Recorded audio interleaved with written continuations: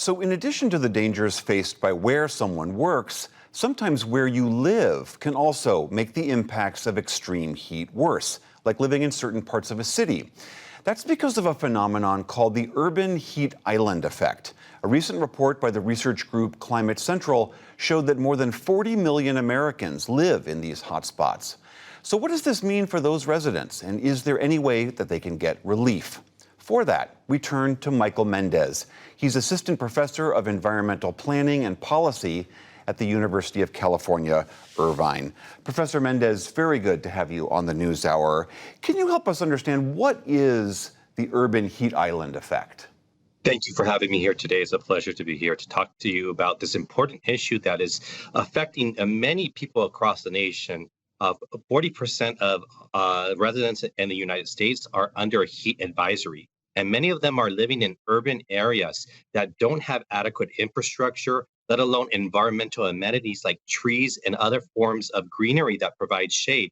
So, an urban heat island effect is where you have a lot of urbanized and suburban areas that are paved over with asphalt, concrete, other other types of building materials that absorb the heat, and with little vegetation and trees for shade and other types of cooling material. These areas and communities could be anywhere between 5 and even 20 degrees hotter than other neighborhoods that have more green space for shade. God, that is such a shocking difference in temperature, simply that could be driven by how a certain area is built and what the structures are made of. Most definitely. I think many of us that are millennials, Gen Z, or even older remember being on the hot turf, asphalt in schools and see the steam actually permeate out of these hard heat trapping surfaces. So imagine not just a schoolyard, which is disproportionately an urban heat island, but an entire neighborhood, and how that can really change how you experience an extreme heat event. And let alone if you're living in an older home that's 100 years old, you may experience it even more inside of a home that isn't climate resilient. Can it have even hotter temperatures than the ambient air outside?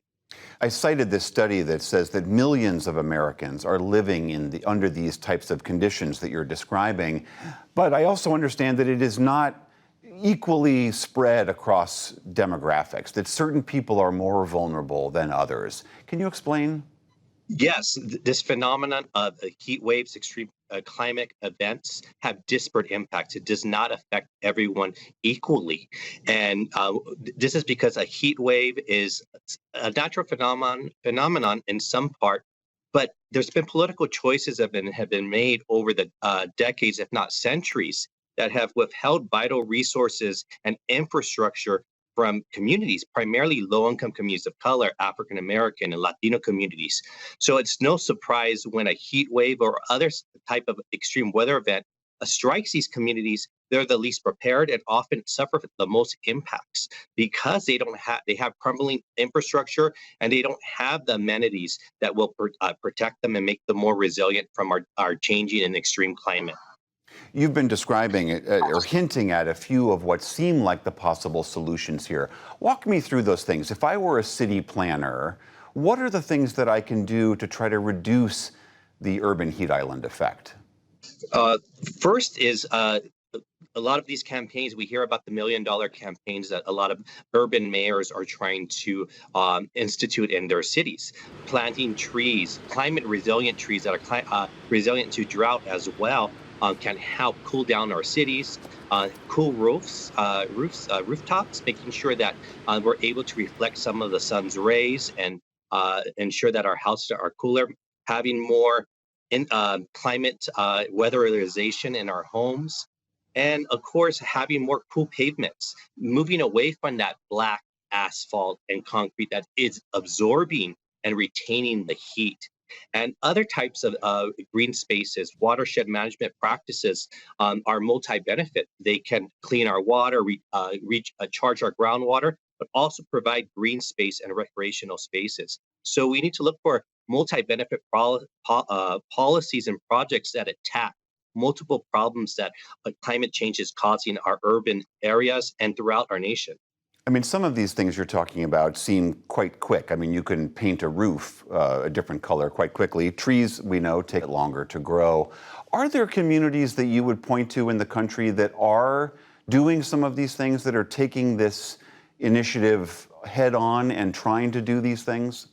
Well, in my hometown of Los Angeles, it's often thought of as a very suburban, very asphalt, concrete-driven area, but they're really leading the way in terms of creating an Office of Climate Emergency and Resilience, where they have hired a full-time person and staff to understand these issues and try to target resources to the most needed communities, those that are lacking these trees and green spaces.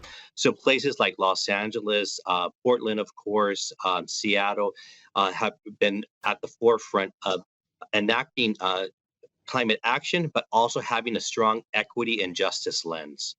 All right, Professor Michael Mendez at UC Irvine, thank you so much for being here. Thank you for having me.